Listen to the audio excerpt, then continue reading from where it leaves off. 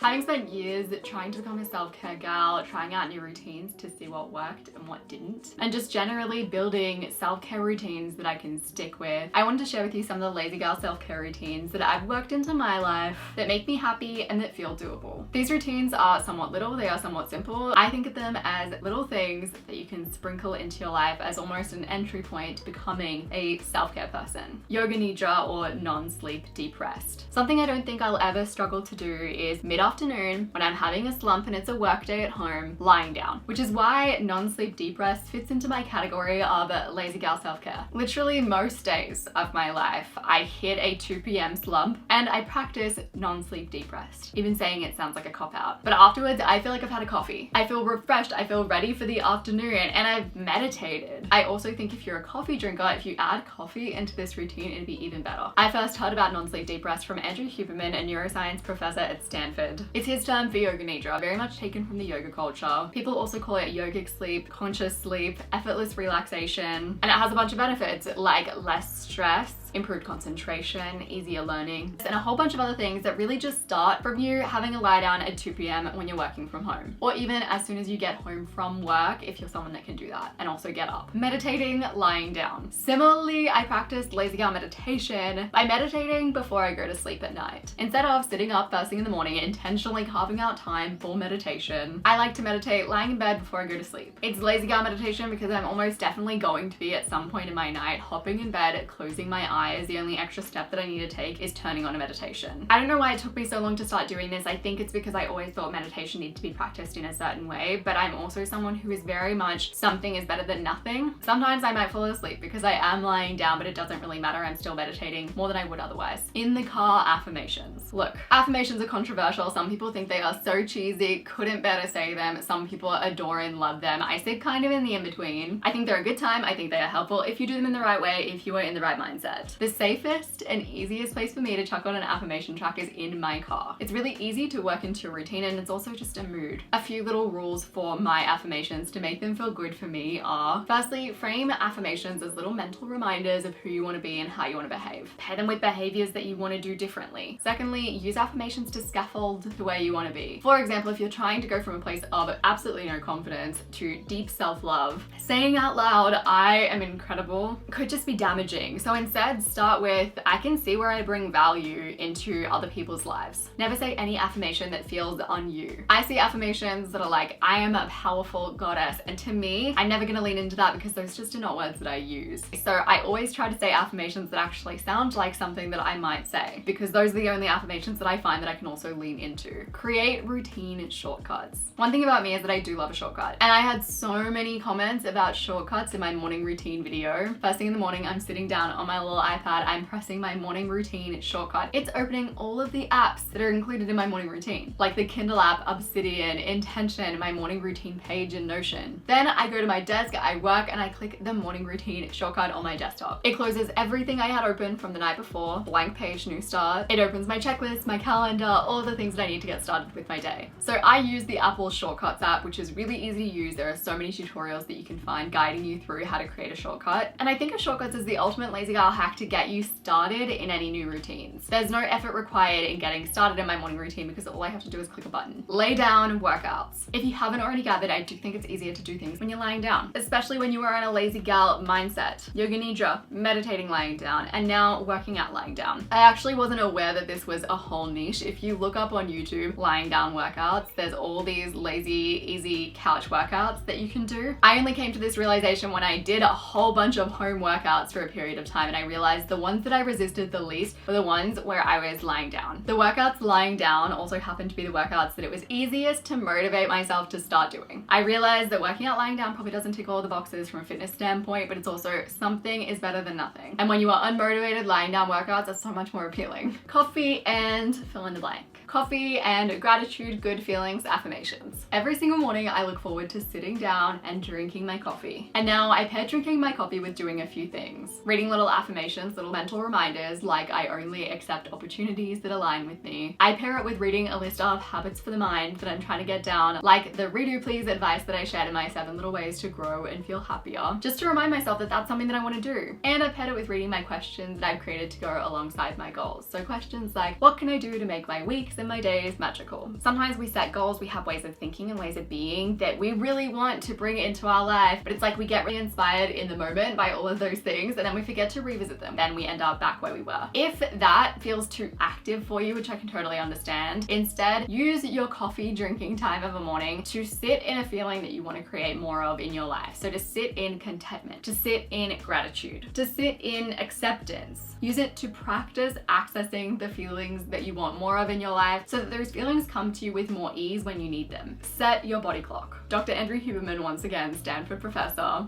says, what we do in the waking state determines how quickly we fall asleep, whether or not we stay asleep, how we feel when we wake up the next day. There is a healthy rising tide of cortisol that happens early in the day. It makes you feel alert, but it also sets off a timer in your nervous system that dictates when a different hormone called melatonin, which makes you sleepy, will be secreted. So if we're waking up, we're in a really dark room, we're just turning on our ambient orange lamp in the morning, we're not really telling our body that we're awake. It's time to wake up, release that cortisol, which in turn dictates when your melatonin is released. Sometimes getting outside doesn't make sense, especially if you wake up quite early and it's dark in the morning, or maybe that just feels too difficult for you. Maybe it's just too cold. Instead, the easier alternative, which obviously isn't as effective but still helps, is to flip on as many of your overhead lights as you can in your house and try to make those overhead lights blue light. You saw me do this in my morning routine video, and this is the reason that I do it. Even though I think overhead lights are obnoxious, in the morning I can actually feel myself wake up when I turn them on versus turning on my little orange lamps. It's not going to do what sunlight does. It's not going to be as good as going outside, but it'll help. And it's a really easy change to make. Schedule in life admin. Something I've learned about myself is that if I don't carve out time to get the little things done, they don't get done. In the past, I think I expected myself to wake up one day and feel like making all the phone calls I didn't want to make, like going and doing all the errands that I didn't feel like doing, like getting the things around the house done. And it turns out that I'm not that girl. I'm never going to be that girl. I am never going to wake up on a weekend day and feel like doing any of that. But it took me years into my 20s to come to this realization. I would put off tasks so badly. And these weren't no consequence tasks. This was me putting off like my dentist appointments. Getting my car service was procrastinated for years. Getting blood tests, like these were all things that I would procrastinate with chronically. If you are new to my channel, a life admin day is where you write down all those tasks that you avoid, you get them all done in a batch. You make a morning of it, you make an afternoon of it, and you schedule it in. I think that my biggest advantage with having these kind of days in my life is that I have an audience who wants this type of content, which makes me much more likely to actually do life admin days. I have a huge amount of accountability that other people don't. When I don't do a life admin day in a while, I have people message me and be like, I'm missing the life admin content. There is a small group of people in my audience that's what they're here for. But there are a few things that you can do to recreate that feeling that I get. Firstly, talk to a friend who also struggles with getting life admin done. Have a day with it. You message each other what tasks you're working on. You send photos, befores and afters. Post to your close friend's story that you are doing a life admin day. This actually adds more pressure because you have people waiting on you, expecting you to post the next thing. Whereas with my videos, they're curated, they're cut at the end of the process. And if you struggle to motivate yourself to even want to do any life admin, I can completely understand that. Start by watching a bunch of life admin videos. That always will get you motivated. I'll have my playlist down below. And secondly, consider breaking it down into something smaller. So on TikTok, they talk about scary hour, which I've called resistance hour before. It's really just a life admin day, but you break it down and you just do a 1 hour chunk of doing the scary things and you integrate that into your day-to-day. That could be something that is a lot more manageable for a lot of people. Embrace content blockers. The laziest way to practice self-care is to make the things that make you feel bad less accessible.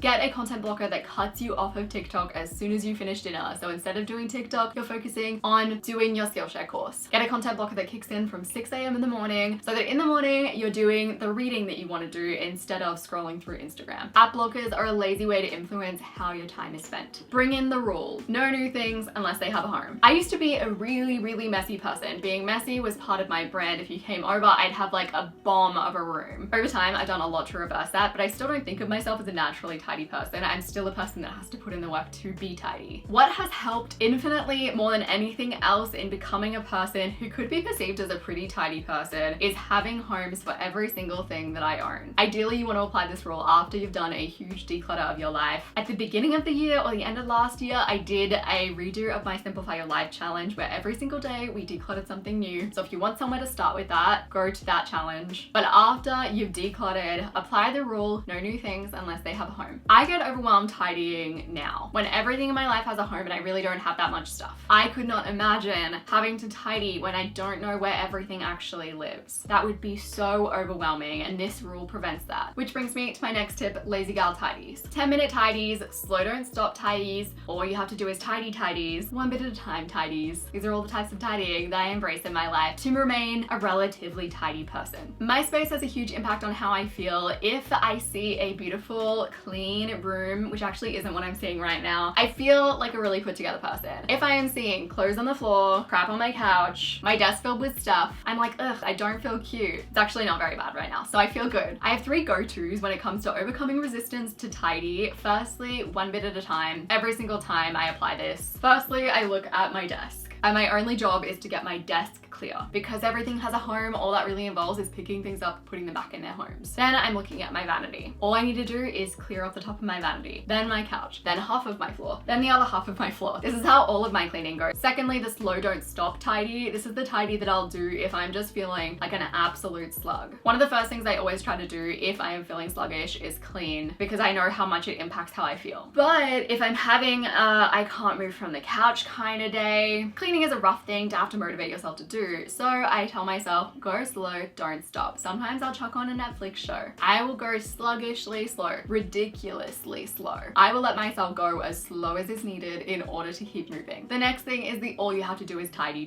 So if I am having a trash, unmotivated day, sometimes I can salvage those days. There are definitely things that I can do that will make me feel better, that'll make me feel more motivated. I can redirect my energy somewhere else. But sometimes I think everyone has days that they can recognize, like, this day isn't salvageable. I feel awful. I need time. On those days, all I focus on is trying to set myself up for tomorrow. For some reason, it's so much easier to focus on that than it is to focus on the task that I actually want to do today. And I start by thinking, all you have to do is tidy. Tomorrow you is going to be so much happier and have such a better day because your space is tidy. Usually I'm using this in conjunction with slow don't stop. I'm doing the bit at a time, but I'm telling myself all I need to do is tidy. That's it. That's your only task for the rest of the day. Sometimes that might lead to me making a meal for tomorrow me, laying out some clothes for tomorrow me, chucking on some washing. Not always the case, but regardless, I end up benefiting from it. Design your own social media feeds. I have always lived on the Gold Coast in Australia, and one of my biggest pet peeves is when people leave the Gold Coast and they say, I'm leaving because the Gold Coast is toxic, it's fake, everyone parties, no one has minds of their own. The Gold Coast has like 2 kind of brands, and that's one of them. Every time that someone says that, I know that that person is spending their time in places that I simply do not spend my time in. I'm going to cute markets. I'm going on beautiful nature walks. I'm going to the beach. I'm hitting up all of the cute little cafes that are popping up, hanging out with the loveliest people who are intelligent, who are thoughtful, who are wonderful. When people say stuff like that, I'm like, I literally cannot relate to you. Like, what are you talking about? It's getting a little defensive of my hometown. But you shape your experience of a place based on where you go and who you spend your time with. Social media is really similar to that, but also you have to be a lot more intentional about curating your social media. The first thing I see when I hop onto Instagram is someone talking about how to set boundaries. I see Erin Henry talking about slowing life down. There's a cute quote. That's the kind of stuff that I see on my Instagram. Opening TikTok, the first thing I see is a list of things to do in Brisbane, a post about a beautiful Southeast Queensland waterfall, a therapist, and it's all generally a pretty good and healthy time. It still sucks you in. You can still waste so much time on it, but it's less of an unhealthy place to spend time. To get your social media feeds that way, you have to be intentional about what you engage with. You've got to be training your feeds. A few times a week, go onto TikTok or Instagram with the intention of training your algorithms. Watch the TikTok about improving your mental health twice. Like it, save it to a collection, send it to a friend. The video of the cute cat, whatever it is that holds your interest, stay with it, watch it on loop. Tell TikTok, tell Instagram, this is what I want to see. When you see a video of someone doing a body check or a before and after, flick past it as fast as you can. Click the not interested button. Tell the algorithm what you want it to show you more of and make that stuff the stuff that makes you feel good. Bare minimum routines. So I talk a lot about having high energy, low energy, medium energy habits. Consider doing this for your work as well. I think sometimes we get stuck in this idea of like, we always need to be growing and we always need to be doing more. We always need to be improving. Sometimes all we need to be doing is maintaining. No growth, just maintenance. Not every week can be a growth week. And when we start expecting every single week to be this week of growth or where we get the most done, we create a cycle of disappointment. Instead, create a minimum list of tasks that need to get done in your week. This is the maintain list. This is the stuff you need to do to just maintain where you are, no more. And look back to this list whenever you are struggling, whenever you are in a lazy gal mindset. Don't sit down. When you get home or when you just finish work, repeat the phrase in your head, don't sit down. Don't sit down until you've done the things that you know you need to do to make tomorrow you feel good. That might be making dinner, doing your skincare, doing a tidy. Sitting down is when you want to start scrolling, is when you want to start slugging. But don't sit down until you're ready to enter that phase of the night. Buy a bigger water bottle. In a study that you've probably heard of 158 people who were going to the movies, they gave them a random size of popcorn, and some of this popcorn was stale, some of this popcorn was fresh. The stale popcorn was 14 days old. After the movie finished, they measured how much popcorn had been eaten and how much people enjoyed said popcorn. People who were given fresh popcorn ate 45% more if they were given the larger size of popcorn versus the medium. Even the stale popcorn led to 33% more of the popcorn being eaten when a person was given a larger size. If you want to consume more of something like water, buy yourself a bigger water bottle. You're likely to drink more if you have more in front of you. You can do this with unhealthy snacks that maybe don't make you feel as good and healthy snacks that make you feel good. Go for bigger bowls for your healthy snacks and smaller bowls for your more like treaty snacks. If you liked this video, you'll probably like my video on 10 time management tips. I share 10 tips that I use all of the time to manage my time that makes life so much easier. I'm gonna have that video linked on the screen as well as down below. I appreciate you so very much and I will see you soon.